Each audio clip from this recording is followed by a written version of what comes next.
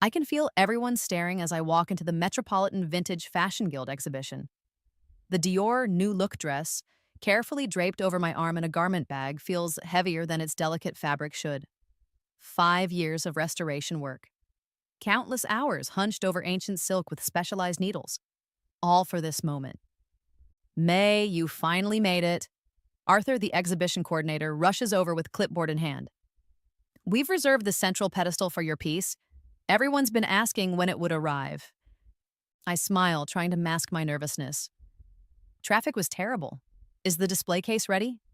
All set, this way. As we walk through the gallery, I can't help but admire the other pieces on display. Exquisite Chanel suits from the 1950s, a rare Balenciaga wedding gown. But nothing quite like my grandmother's dress, a 1947 Dior original with a story no other piece here could match. Then I see her, Vanessa Chen. Standing by the empty display case meant for my dress, scrolling through her phone with those impossibly long manicured nails. My stomach twists into a knot. What is she doing here? I whisper to Arthur. Who, Vanessa? She's covering the exhibition for her fashion blog. 2 million followers now, can you believe it? We couldn't buy that kind of publicity.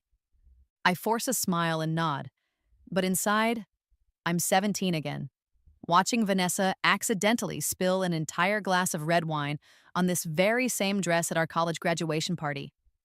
The night she knew I was wearing my grandmother's precious heirloom. The night she pretended to trip after I received the internship we both wanted. Oh my God, Maylin! Vanessa's voice carries across the gallery as she spots me. She air kisses both my cheeks, her expensive perfume overwhelming my senses. It's been forever! 5 years, I say. Not that I've been counting. She's looking me up and down, taking in my simple black dress and comfortable shoes. Practical attire for a conservator who works with her hands all day. Meanwhile, Vanessa looks like she stepped out of a magazine spread, which I suppose she has. So this is the famous dress you've been restoring? She reaches for the garment bag and I instinctively pull back. Come on, let me see it, for old time's sake. Arthur intervenes. We should get it in the display case immediately. Museum regulations. Of course. Vanessa's smile doesn't reach her eyes. I just want one tiny peek. After all, I was there when it had its little accident. My jaw tightens. That little accident took me years to repair. Fine, I say, carefully unzipping the garment bag to reveal just a portion of the midnight blue silk with intricate beadwork along the bodice. Happy? Vanessa's fingers, heavy with designer rings, reach out to touch the fabric. It's beautiful, May. Who would have thought you'd turn your little hobby into an actual career? Before I can respond, Arthur calls from across the room. May, can you come sign these insurance forms? I zip up the bag. Don't touch anything, Vanessa, please. Cross my heart, she says with that same fake smile. I shouldn't leave the dress. Every instinct tells me to stay. But Arthur is waving frantically, and I need this exhibition to go perfectly. My career depends on it. I'll be right back, I tell her, walking backward to keep my eyes on both Vanessa and the dress until the last possible moment. The paperwork takes longer than expected. Insurance forms for a dress valued at over $500,000 aren't simple. When Arthur starts asking about the authentication documents, I become distracted, digging through my folder. 10 minutes pass, maybe 15. Then I hear the scream. An assistant curator is standing by my garment bag, her hand over her mouth. I run over, already knowing what I'll find before I get there. The bag is open. The dress is exposed. And across its delicate bodice and skirt run 3 deliberate slashes, the silk parting like wounded skin. Dark liquid, coffee from the smell of it, has been poured over the destroyed fabric, seeping into the seams and staining the beadwork. Someone call security, Arthur shouts, but I can't move. This is worse than the wine. Wine could be carefully lifted from the fibers. These are cuts. Deliberate, violent cuts that have severed threads more than 70 years old. The damage is catastrophic. Oh no, comes Vanessa's voice from behind me, dripping with false concern. Who would do such a thing? I turn to face her, rage building in my chest. Where were you just now? Excuse me? Her eyes widen with practiced innocence. Security, I call out. Check the cameras, now. But of course, when we review the footage, there's nothing. A technical glitch caused the cameras to stop recording for exactly 17 minutes, the precise window when someone destroyed my life's work. I'm so sorry, May, Arthur says as security packs up the ruined dress. The insurance will cover the value, of course, but I know that's not the point. No, I say quietly. It's not. As I leave the gallery, clutching the garment bag with my ruined treasure inside, my phone buzzes with a text. Unknown number, but I know who it's from before I even read it. Some vintage things are better left in the past, don't you think? My apartment feels smaller tonight. The dress is spread across my work table under the bright conservation lights, and it looks even worse than it did at the gallery. The slashes are precise. Someone used sharp fabric scissors or a razor. The coffee has already set into the fibers, impossible to remove completely now that hours have passed. I sink into my chair and stare at it. 5 years of work, gone. And for what? Because Vanessa Chen still can't stand that I have actual talent while she has… what? Money? Connections. 2 million followers who care more about her designer handbag collection than anything of actual substance? My phone keeps buzzing with messages from friends who were at the exhibition, asking if I'm okay. I'm not. I shut it off. The dress wasn't just my career centerpiece. It was my connection to my grandmother, Lin Mei Hua, who came to America with nothing but her skills as a seamstress, who worked for wealthy Manhattan families, including one that employed her to care for their children, a family who gifted her this Dior dress when they no longer wanted it. A cast-off to them, but to her, a treasure beyond measure. A dress like this has a soul, she told me once, letting me touch the fabric when I was just a child. You can feel the hands that made it, the love in every stitch. My rent is due next week. I've spent everything I had preparing for this exhibition, certain it would lead to the high-end restoration commissions I need to stay afloat. Without the dress, I have nothing to show potential clients, nothing to prove I'm special in a city full of talent. I pull open my desk drawer and find the sleeping pills the doctor prescribed when anxiety kept me awake for 3 days straight during my last major restoration. There are plenty left. I shake 2 into my palm, then reconsider and add a third. I chase them with the remains of a wine bottle from last night. Poor choice, mixing pills and alcohol. But I'm not thinking clearly. I just want the pain to stop for a while. I don't mean to do anything stupid. I just need to sleep, to escape. I curl up on my sofa with the ruined dress laid across me like a burial shroud, my fingers tracing the damage as my consciousness begins to blur. The last thing I remember thinking is that I never should have trusted Vanessa again, that I should have known better, that some people, like some dresses, can't be restored once they've been damaged beyond repair. I'm floating. Light surrounds me, filtered through what looks like layers of fine silk. I reach out to touch it, and it ripples like water. Careful now. A familiar voice. Grandmother. You're not quite here, not quite there. I turn and see her, younger than in my memories, dressed in a simple qipao, her hair in a neat bun. Behind her stands a long workroom table where other women sit, bent over fabric with needles flashing in the strange light. Am I dead? I ask. Almost, she says with a small smile. You took too many pills with that wine, silly girl. Your landlady found you when the neighbors complained about your alarm going off for hours. I look down and see I'm still wearing my black dress from the exhibition. The Dior? Is why you're here instead of there. She gestures to the women at the table. We've been watching you work on it. Beautiful technique. You have hands like mine. I move closer to the table. The women aren't all from the same time period. Some wear clothes from centuries ago, others from decades past. All work with intense focus, their fingers moving with impossible speed and precision. Who are they? The ones who came before, the ones who understand what it means to put soul into cloth. My grandmother takes my hand. Come, there's someone who wants to meet you. She leads me to the end of the table where a man sits, sketching designs on translucent paper. He looks up, and I know his face immediately from fashion history books. Monsieur Dior, I whisper. He smiles. Your grandmother tells me you've been caring for one of my creations. I was, until today. The memory of the slashed dress brings tears to my eyes. It's ruined now. Nothing with true soul is ever truly ruined, he says, rising from his chair. May I? He holds out his hands, and suddenly the damaged dress appears between us, floating in the strange light. Dior circles it, examining the cuts and stains with a professional eye. Deliberate, he says, cruel, but not beyond hope. I've tried every restoration technique I know. Some damage can't be undone. My grandmother exchanges a look with Dior.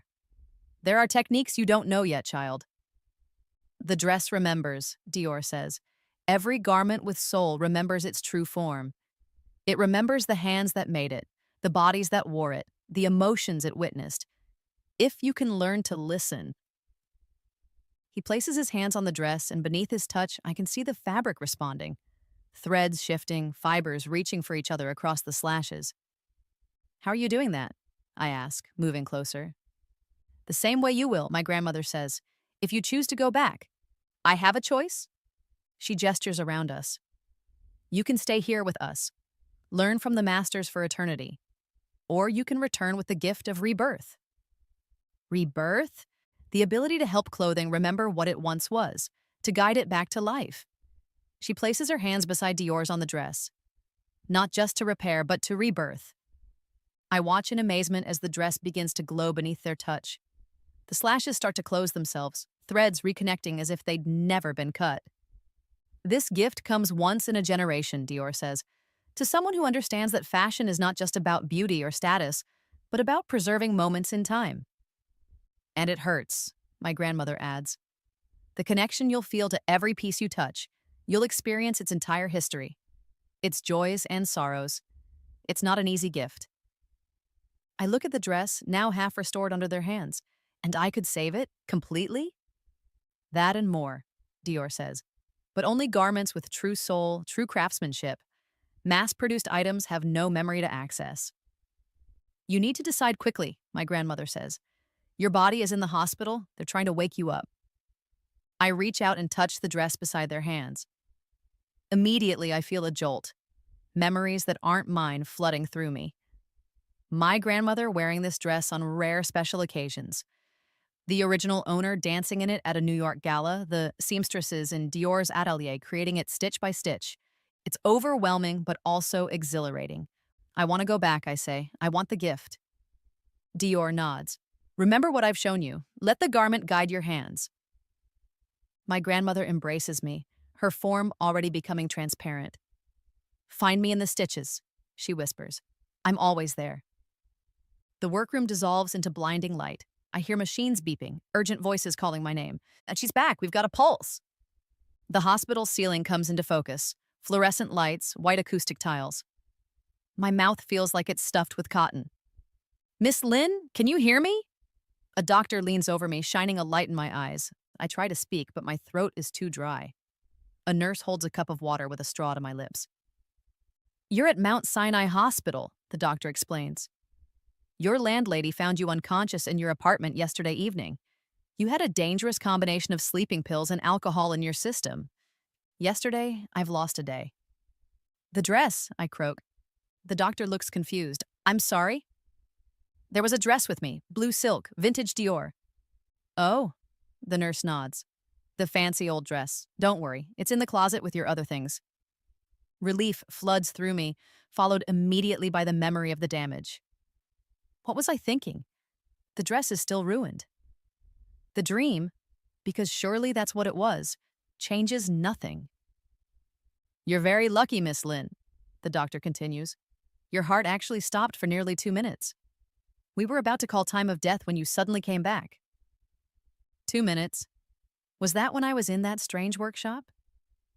We've run some tests and there's something unusual we'd like to discuss.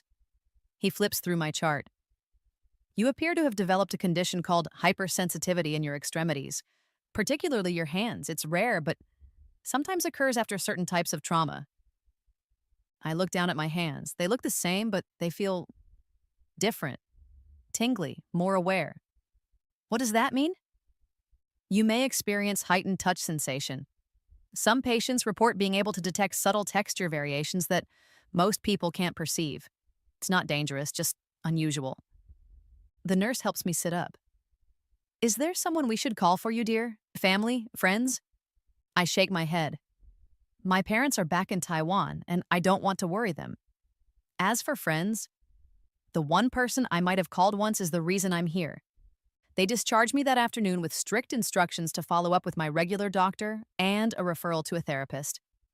I take a taxi home, clutching the garment bag that contains the ruined dress. My apartment is exactly as I left it, except for a note from my landlady on the coffee table. Called 911 when I heard your alarm. Left spare key with super. Get help. Mrs. K. I drop my hospital paperwork on the table and immediately take the dress to my workstation. Under the bright conservation lights, I carefully remove it from the bag. The damage is still there, slashes across the bodice, coffee stains on the skirt. But as soon as my fingers touch the fabric, something extraordinary happens. Images flood my mind, clearer than in the dream.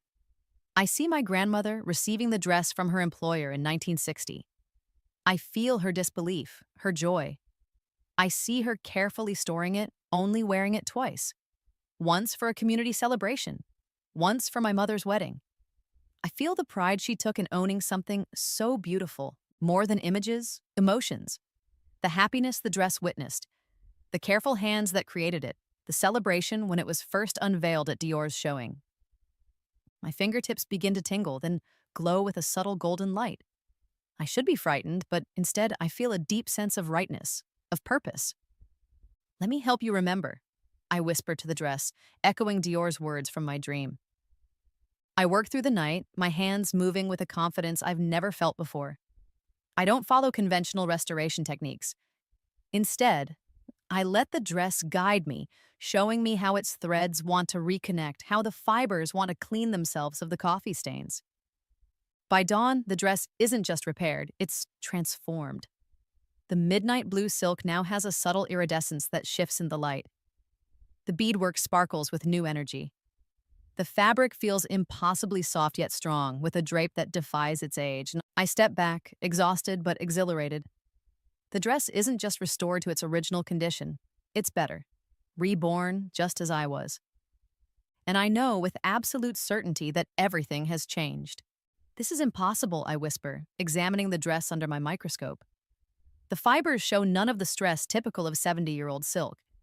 The weave is perfect, more perfect than humanly possible. Under polarized light, the fabric reveals subtle patterns invisible to the naked eye, like secret messages woven into the material. It's been a week since my rebirth, and I've spent it experimenting with my new abilities. Yesterday, I visited a consignment shop and bought 3 damaged vintage pieces: a 1950s Balenciaga scarf with moth holes, a 1960s Chanel jacket with a torn lining, and a 1920s beaded evening bag missing half its beads. Each piece responded differently to my touch. The scarf showed me a young woman wearing it on her honeymoon in Paris. The Chanel jacket revealed a businesswoman breaking into a male-dominated industry. The beaded bag shared memories of speakeasies and forbidden jazz clubs. As I worked on each piece, I discovered rules to my new ability. First, I can only rebirth items with genuine craftsmanship and history.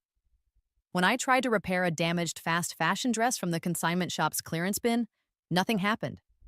No memories, no connection. Second, the process drains me physically. Each rebirth leaves me exhausted, needing hours of recovery. Third, the items emerge not just repaired, but somehow enhanced. Colors more vibrant, textures more refined, as if returning to an idealized version of themselves. My phone rings, interrupting my thoughts. It's Arthur from the exhibition. May, how are you? We've all been so worried. I'm fine, I lie. Just taking some time off. The insurance company needs documentation of the damage to process your claim. Could you bring in the dress? Unless it's too painful, of course. I look at the perfectly restored, no, reborn dress hanging on my dress form. Actually, Arthur, the dress isn't damaged anymore. What? But I saw it. Those cuts? I found a way to restore it. A new technique. Silence on the line. That's not possible, May. The conservation team said the damage was irreparable. I'll bring it in tomorrow, you'll see. I hang up before he can ask more questions. How am I going to explain this? I can't tell the truth. They'd think I'm crazy. Or worse, they'd try to study the dress, maybe even cut samples from it for analysis. The doorbell interrupts my panic. It's Mrs. Kaplan from across the hall, holding a small Louis Vuitton handbag. May, dear, I heard you were home. Are you feeling better? Much better, thank you. She holds out the bag. I was wondering, I know you work on vintage clothing, and this was my mother's. The clasp is broken and no one can fix it. Would you take a look? I take the bag and immediately feel its history. A young woman in 1930s Paris, saving for months to buy it. Pride, independence. First major purchase on her own. I'd be happy to fix it for you, Mrs. Kaplan, no charge. Don't be silly, I insist on paying you. I smile. How about a trade? I've been meaning to try your famous rugelach. After she leaves, I examine the bag more closely. The clasp isn't just broken, the metal has deteriorated with age. Conventionally, it would need to be replaced, sacrificing originality for functionality. But now, I have another option. I place my hands on the bag and close my eyes, letting the memories guide me. My fingertips begin to glow, the metal warms beneath my touch, molecules rearranging themselves, remembering their original configuration. When I open my eyes, the clasp is perfect again. Not just repaired, but with a warm patina that speaks of its journey through time. The next morning, I bring the reborn Dior dress to the exhibition hall. Arthur's jaw literally drops when I remove it from the garment bag. This isn't the same dress, he says, circling it in disbelief. It can't be. It is. I found a way to repair it. Repair? May, this isn't repaired. It looks better than any Dior from that period I've ever seen. He leans in, examining the beadwork. How is this possible? I give him the explanation I've rehearsed. I've been developing a proprietary restoration technique, combining traditional methods with some innovations. Whatever you did, it's revolutionary. The museum conservation department will want to interview you. No, I say too quickly. I'm not ready to share the details yet. Patent pending and all that. Arthur looks skeptical but nods. Well, the insurance claim is moot now, obviously. But I have to tell you, this dress needs to be seen. We're planning a special exhibition on fashion conservation techniques for next year. Say you'll participate. I'll think about it, I promise. As I leave, my phone buzzes with a text from Mrs. Kaplan. The bag is perfect, better than new. My friend Eleanor Hartwell wants to meet you. She's on the board at the National Fashion Museum and has a hopeless Chanel jacket. Can she come by this afternoon? And just like that, my new life begins. Eleanor Hartwell is exactly what you'd expect from a museum board member. Elegant, discerning, and used to getting what she wants.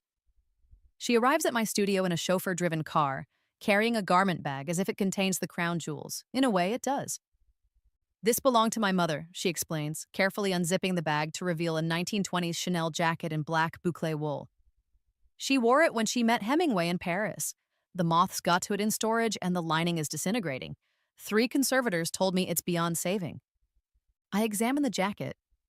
The damage is extensive. Large holes in the fabric, the silk lining shredded, the braided trim unraveling. But as soon as I touch it, I feel its history. The pride of the woman who first wore it. The craftsmanship of the hands that made it. The memories it holds. I can help it, I say, carefully choosing my words. Not repair or restore, but help. Because that's what I'll be doing. Helping the jacket remember its true self. How long will it take? Eleanor asks. 3 days. Come back on Friday. She raises an eyebrow. The Conservation Institute at the museum estimated 6 months if it could be done at all. I just smile. Friday. After she leaves, I spend hours with the jacket, not just working on it, but listening to it. Under my glowing fingertips, the wool remembers its original weave. The silk lining rebuilds itself, molecule by molecule. The braided trim rewinds like a film played backward. When Eleanor returns on Friday, she actually gasps. This is impossible, she whispers, running her fingers over the now perfect fabric. It looks better than it did in photographs from the 1920s. I have a gift, I say simply. Whatever your price would have been, double it, she says, still staring at the jacket. And I want you to come to the museum next week. There are pieces in our collection that deserve your gift. Word spreads quickly after that. Eleanor introduces me to private collectors with impossible restoration projects. Each success builds my reputation. My waiting list grows. I moved from my cramped apartment to a proper studio in Chelsea with northern light and enough space for my growing collection of specialized tools, though it's my hands that do the real work now. I established strict rules for myself. I only rebirth items with genuine history and craftsmanship. I never create fakes or replicas. I honor the original design and materials, even as I enhance them. The money starts flowing in. Wealthy clients pay astronomical sums for my services. Museums commission me for their most precious pieces. Fashion houses consult me on their archives. Through it all, I keep the reborn Dior dress in my studio, displayed on a form behind glass. It's my talisman, my reminder of how this all began. I've turned down offers for it, one reaching $900,000 from a private collector in Japan. It's not for sale, not yet. One evening, as I'm closing up the studio, I get a text from Eleanor. Turn on NY Style channel now. Someone you know. I pull up the live stream on my tablet. It's Vanessa, doing a special on luxury condominiums in Manhattan. She's standing in a sleek, minimalist space with floor-to-ceiling windows overlooking Central Park. And this is the living room of my new home, she's saying, gesturing around the space with practiced elegance. I believe in investing in real estate rather than just fashion, though of course I do both. The camera pans to show her extensive closet filled with designer labels. My collection is curated much like my social media presence. Only the best makes the cut. I feel a strange mix of emotions watching her. Anger, certainly, but also pity. Every piece in her closet is new, mass-produced luxury. Nothing with real history or soul. Nothing that would respond to my touch, just empty status symbols. Eleanor texts again. Her condo was featured in last month's Architectural Digest. $2.3 million for 1,100 square feet. More money than sense. I look at my dress form where the reborn Dior glows softly in the evening light. A plan begins to form in my mind. The next day, I call Arthur at the Metropolitan Vintage Fashion Guild. Remember that exhibition on conservation you mentioned? I'm ready to participate. And I want the Dior to be the centerpiece. Wonderful, but I should tell you, the exhibition has evolved. It's now going to culminate in an auction to benefit the Guild's conservation department. Would you consider consigning the dress? I smile to myself. Actually, that sounds perfect. The call comes 3 weeks before the auction. Unknown number. Mei Lin, it's Vanessa Chen. My hand tightens around the phone. How did you get this number? Please, you're the talk of the vintage fashion world. Everyone's talking about your miracle restorations. Her voice has that false sweetness I remember too well. I'm calling about the auction. I'm covering it for Vogue now, not just my blog. Congratulations, I say flatly. I'd love to do a special feature on you in the Dior dress. Before and after photos, the story of how you salvaged it after that terrible accident at the exhibition. You mean after someone deliberately destroyed it? A pause. Well, no one knows who did that. Such a shame the security cameras malfunctioned. My free hand clenches into a fist. What do you want, Vanessa? Just an exclusive. We were friends once, weren't we? And now we're both successful in our own ways. You with your little restoration business, me with my media empire, and, well, everything else. I think of her standing in that $2.3 million condo surrounded by meaningless luxury. I'll consider it. But I need to go now. Client waiting. Of course, you're busy. Just one thing. Is it really the same dress? The photos I've seen? It looks different somehow. Better. People are talking. It's the same dress. See, my sources tell me it looks too perfect. Almost like a reproduction. That would be quite the scandal, wouldn't it? Famous conservator passing off a replica as the original? There it is, the threat, thinly veiled. Come see for yourself at the auction, Vanessa. I'm sure your expert eye will know the difference. I hang up and immediately call Eleanor. We have a problem. The authentication process for the auction is rigorous. I provide all my grandmother's documentation, photographs of her wearing the dress, the original gift receipt from her employer, her handwritten notes about its care. The auction house brings in textile experts who examine every inch of the fabric. It's authentic, the head authenticator finally declares. The construction methods are consistent with Dior's atelier from that period, but, the condition is astonishing. If I didn't know better, I'd say it was made yesterday. How did you achieve this level of restoration?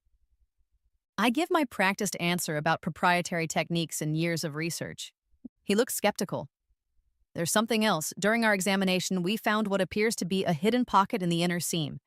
Did you add that during restoration? A pocket? This is news to me. Show me. He leads me to the inspection room where the dress is laid out.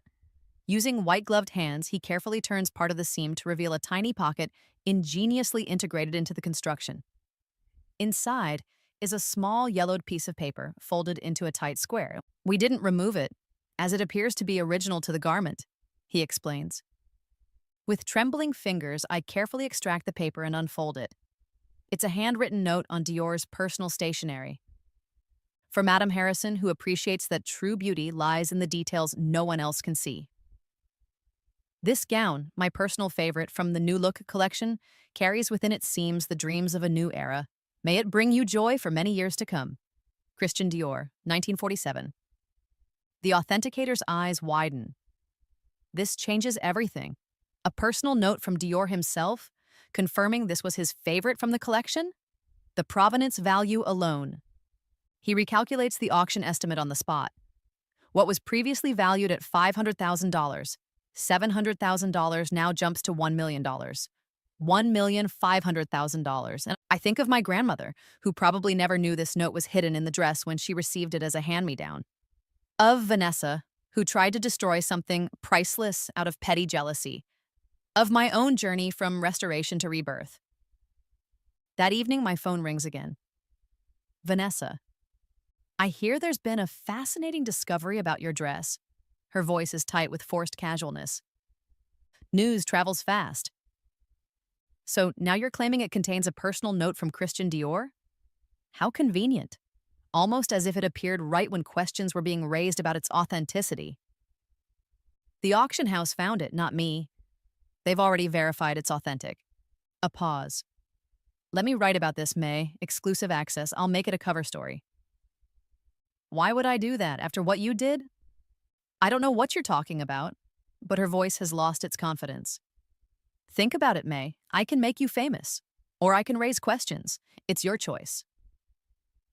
After she hangs up, I sit for a long time, staring at my hands. The hands that brought the dress back from destruction.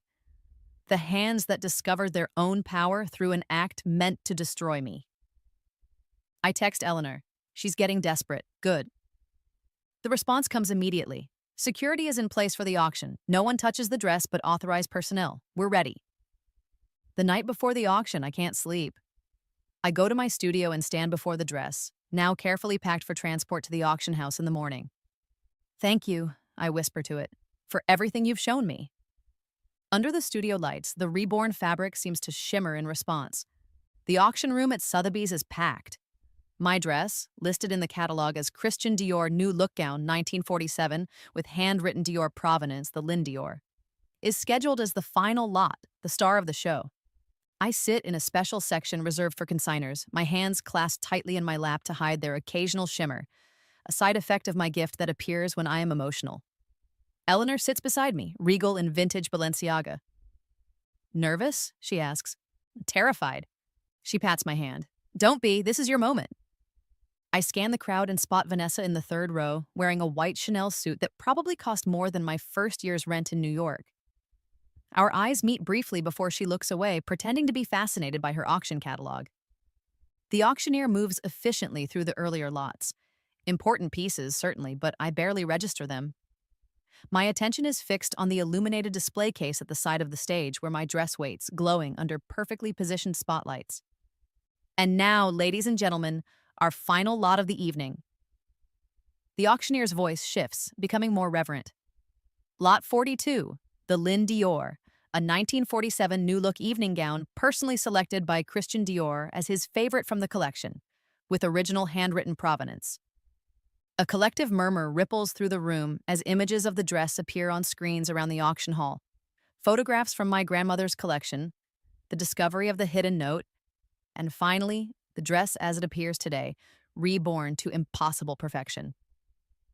As you may know, this extraordinary piece survived a deliberate act of vandalism last year, only to be restored to a condition that our experts call unprecedented in textile conservation.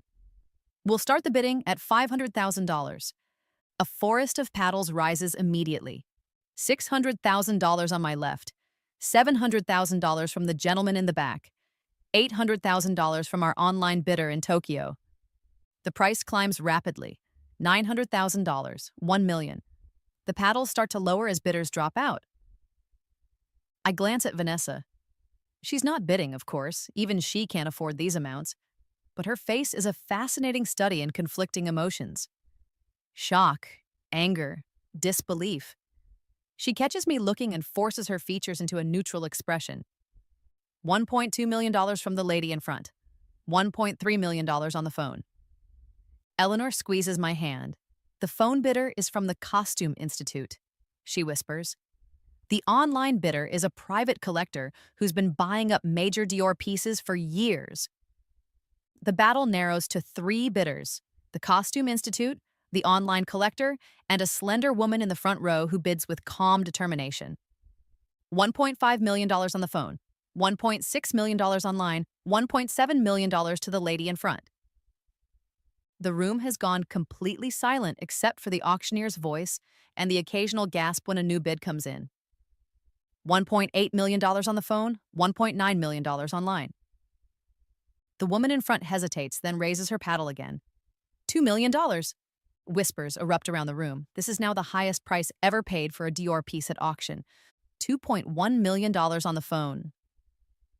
The online bidder drops out. It's down to the phone and the woman in front.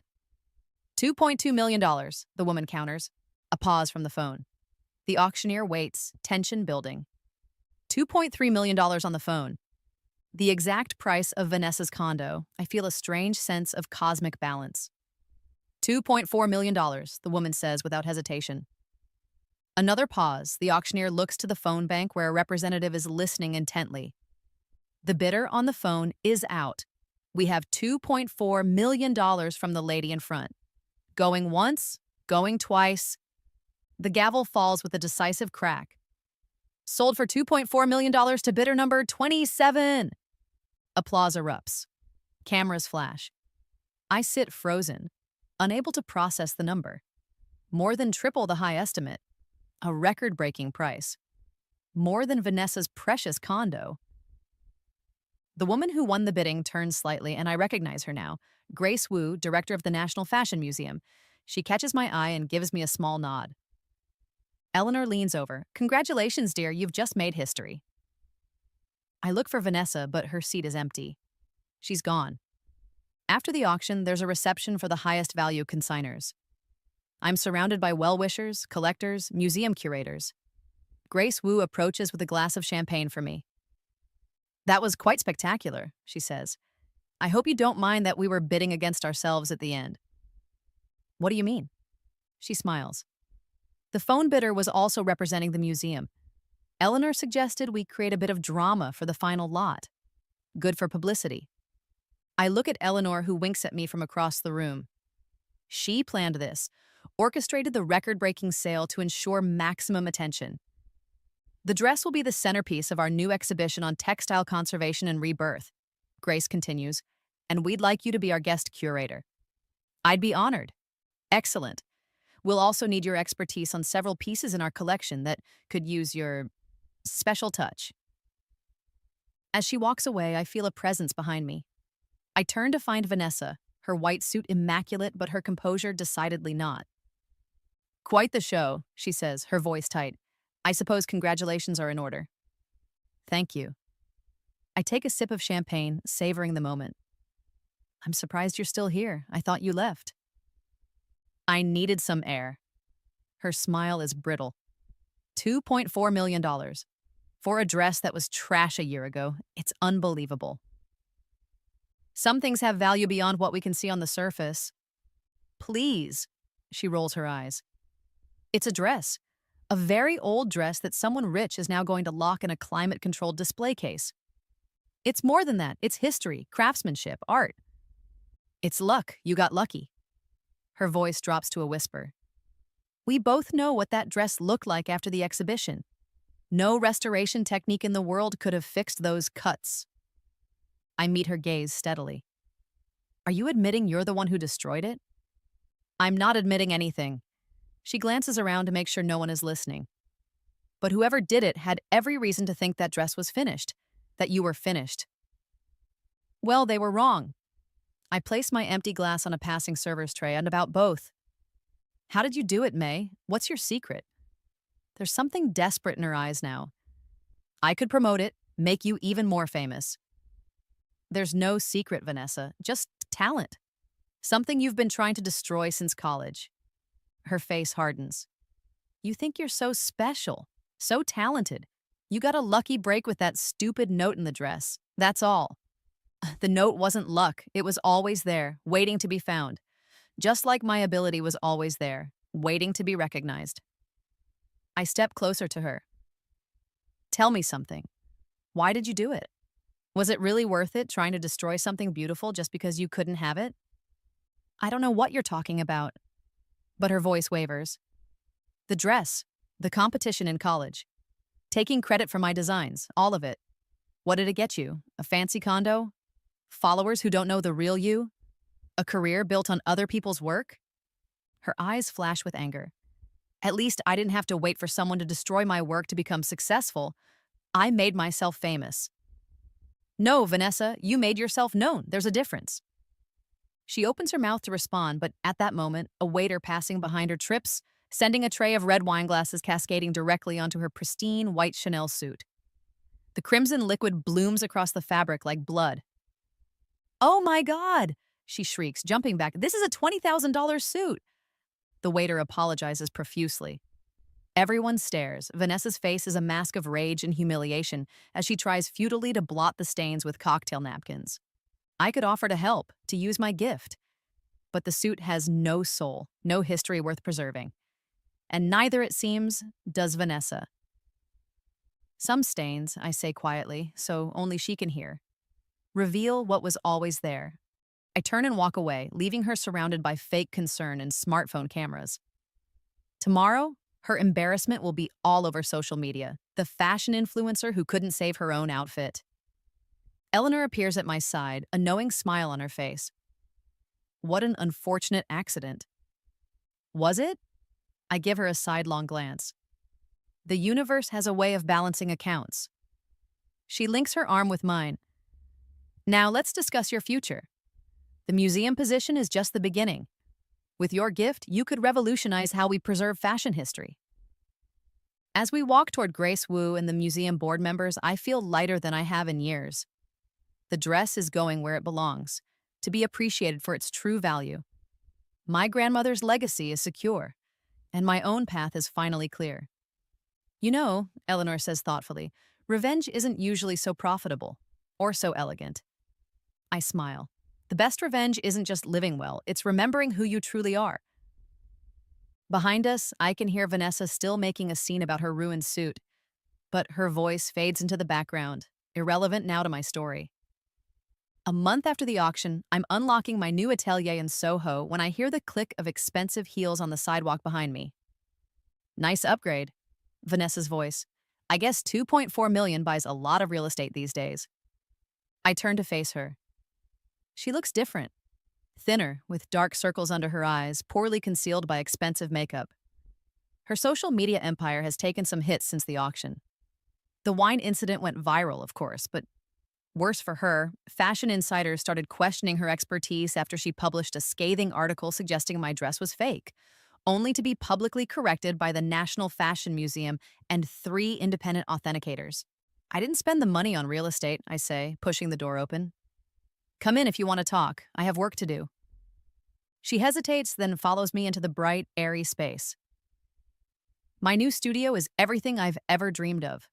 North-facing windows, custom workstations, climate-controlled storage for delicate pieces. Through an archway, students prepare for the day's restoration workshop, part of the educational program I've established with my auction proceeds. Wow, playing teacher now? There's less venom in her voice than I expected. She sounds almost curious. Sharing knowledge. There aren't many people preserving these techniques. I set my bag down on my primary workstation. What do you want, Vanessa? Another chance to accuse me of faking the dress? She walks to the display case where I keep my current projects. A 1930s Schiaparelli jacket with surrealist buttons, waiting for rebirth. I want to know how you did it. Did what? Fixed the dress. Made it better than new. She turns to face me. I know what I did to it, May. I know how bad the damage was. So, here it is. Finally, a confession. Why did you do it? She looks away. Because you were getting everything I wanted, again. What are you talking about? You've got millions of followers, a luxury condo, designer clothes. And you've got real talent. The words seem physically painful for her to say. You always did, even back in school when you submitted my designs as your own and won the Garner Fellowship that should have been mine. She flinches but doesn't deny it. I thought if I had the opportunities, I could develop the talent. That's why I took your designs. Why I ruined your dress the first time. I thought if I could just get ahead just once, I'd prove I deserved it. And the second time?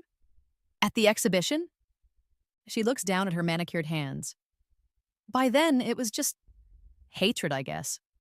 You were still talented. I still wasn't. Nothing had changed. The raw honesty surprises me. So why are you here now? Because nothing makes sense anymore. Her composure cracks. That dress was beyond repair. I made sure of it. But somehow you fixed it. Made it better than it ever was. And now you're the toast of the fashion world and I'm... She gestures vaguely. Watching my followers unsubscribe because I picked a fight with the wrong conservator. I study her face, seeing beyond the perfect makeup to the insecure girl I once knew. The one who always had the best clothes but cried in the bathroom when her designs were criticized.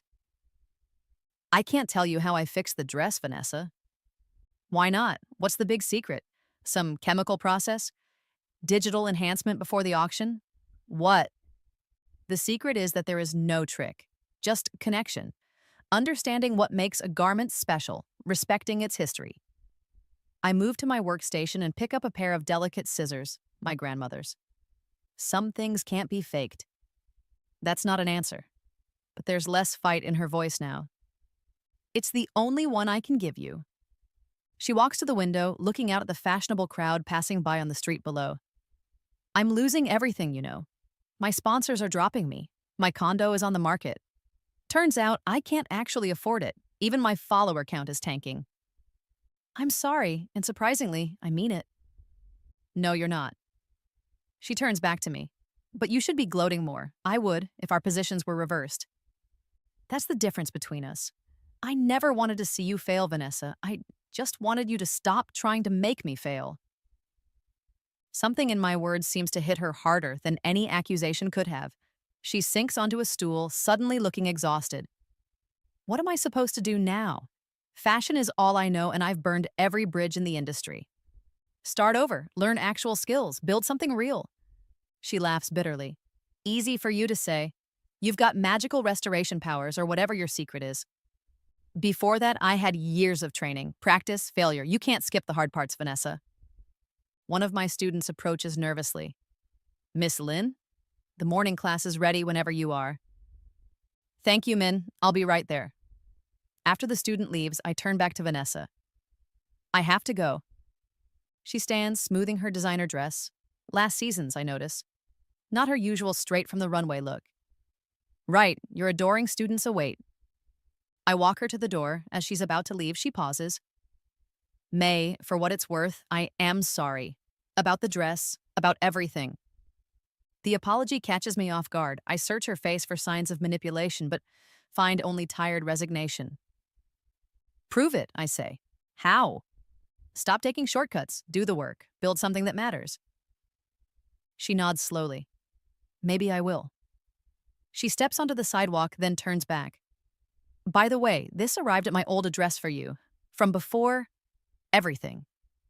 She hands me a small envelope with my name written in shaky characters. The return address is a nursing home in Queens. My heart stops when I recognize the handwriting. Thank you, I whisper, clutching the envelope. After she's gone, I open it with trembling fingers. Inside is a faded photograph of my grandmother, wearing the Dior dress at my mother's wedding, along with a note in Chinese.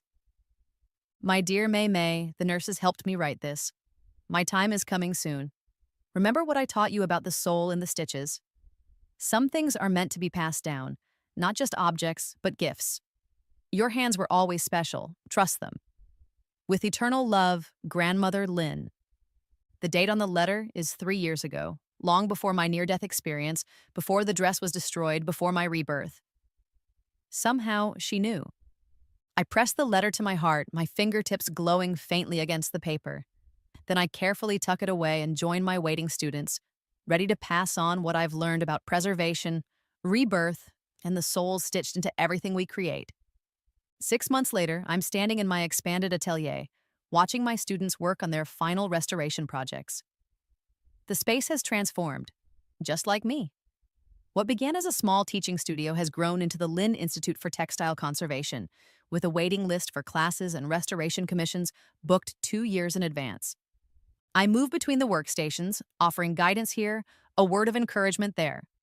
Most of these students are working with traditional techniques, but a few show signs of having the gift.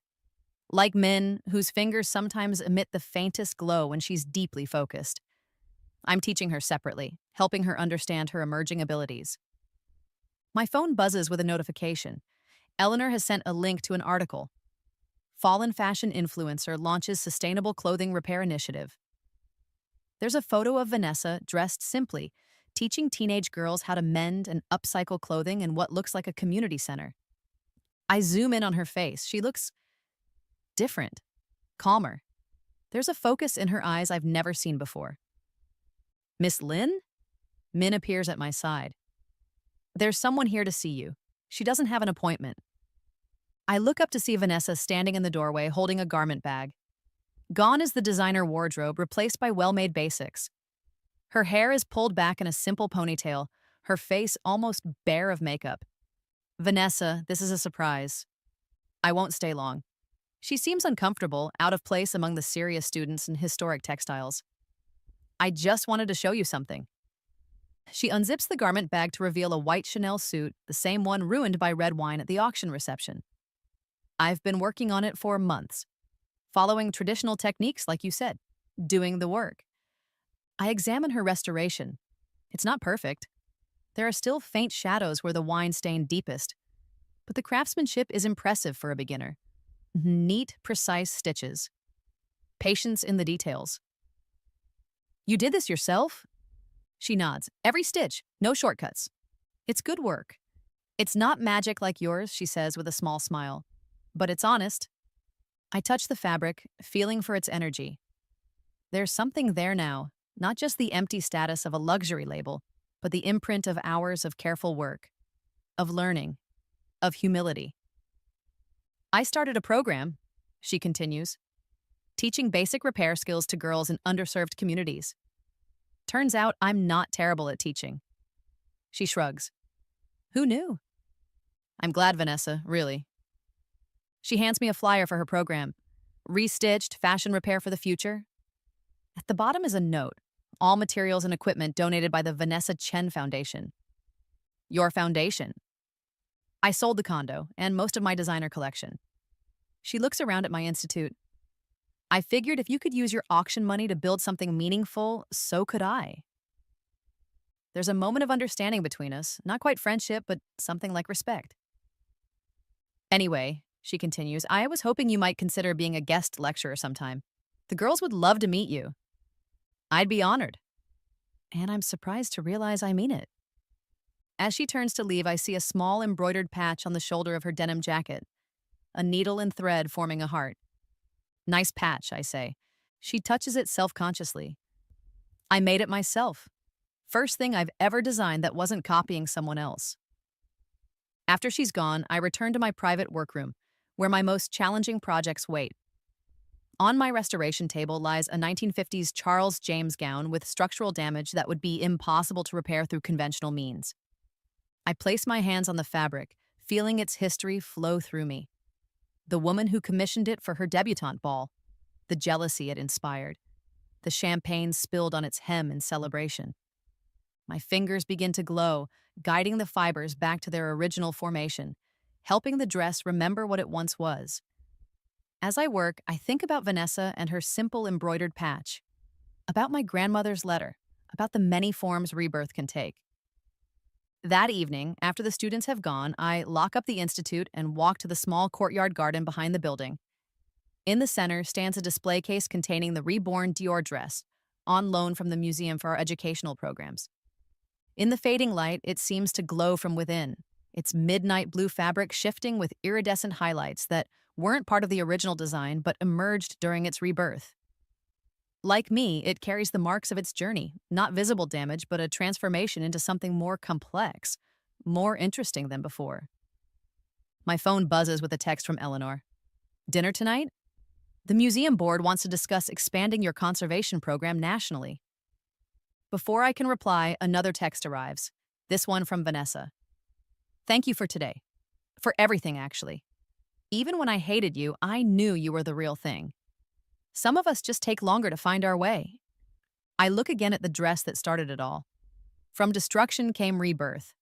Not just for the garment, but for me. And perhaps in her own way, for Vanessa too. I text Eleanor back. Can we make it tomorrow? Taking the night off to celebrate. Then I send a message to Vanessa. Your patch gave me an idea. How about a collaboration?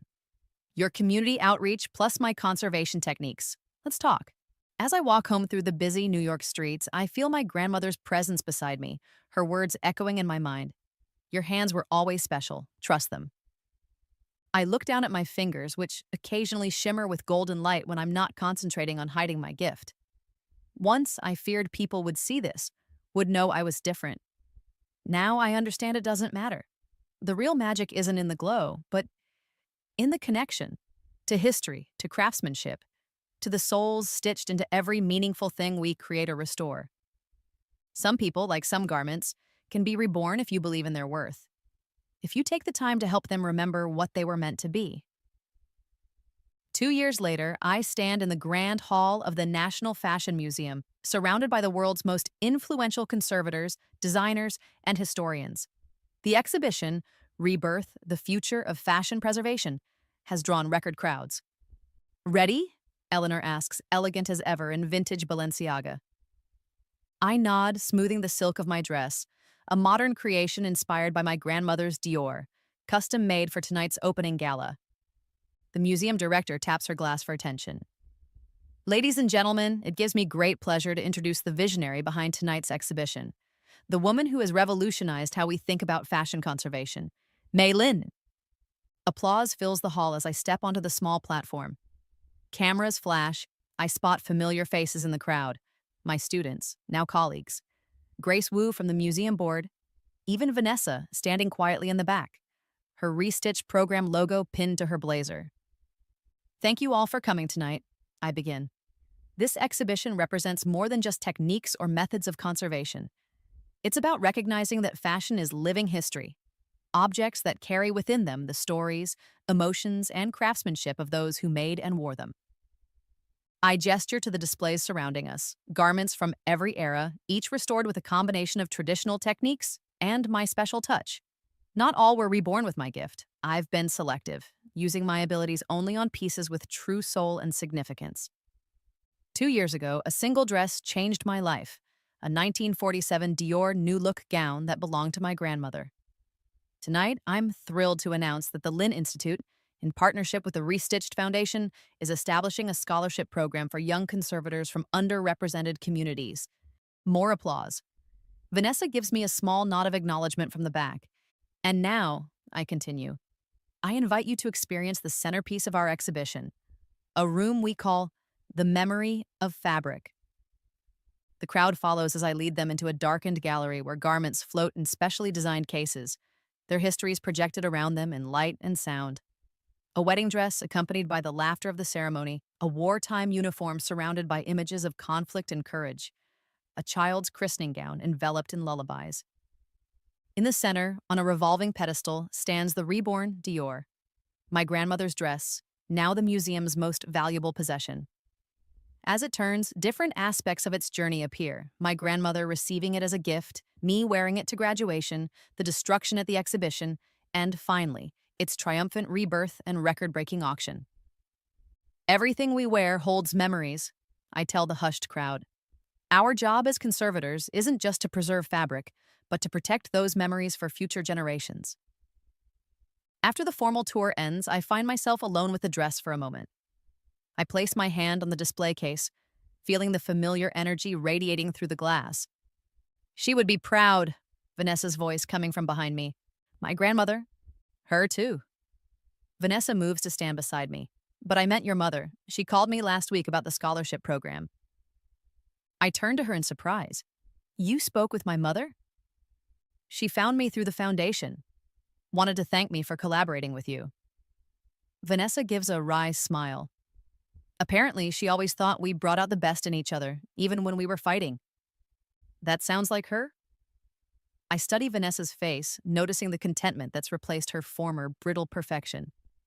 Your program is doing amazing work. The before and after gallery upstairs is impressive. Thanks. Having the Lynn Institute name attached hasn't hurt. She hesitates. I never thought I'd say this, but losing everything was the best thing that ever happened to me. Made me build something real. You always had it in you. No, I needed the push. She nods toward the dress. Needed to hit rock bottom. We stand in companionable silence, watching the play of light on midnight blue silk. Do you ever miss it? She asks eventually. The power? The big money restorations? I smile, flexing my fingers slightly, feeling the familiar tingle of power beneath my skin.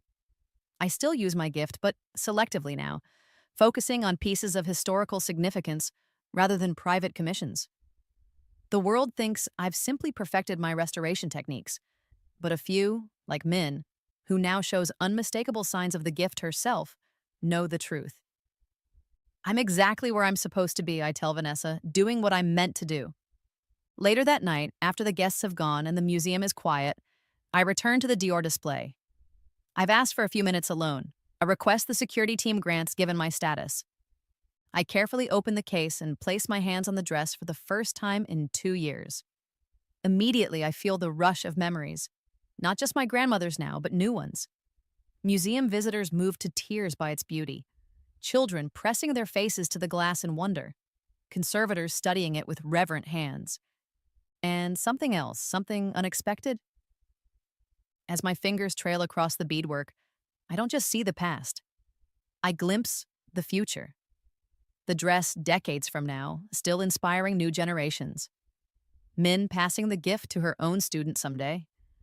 The Lynn Institute expanding across continents. Vanessa's program growing to empower thousands. I step back astonished.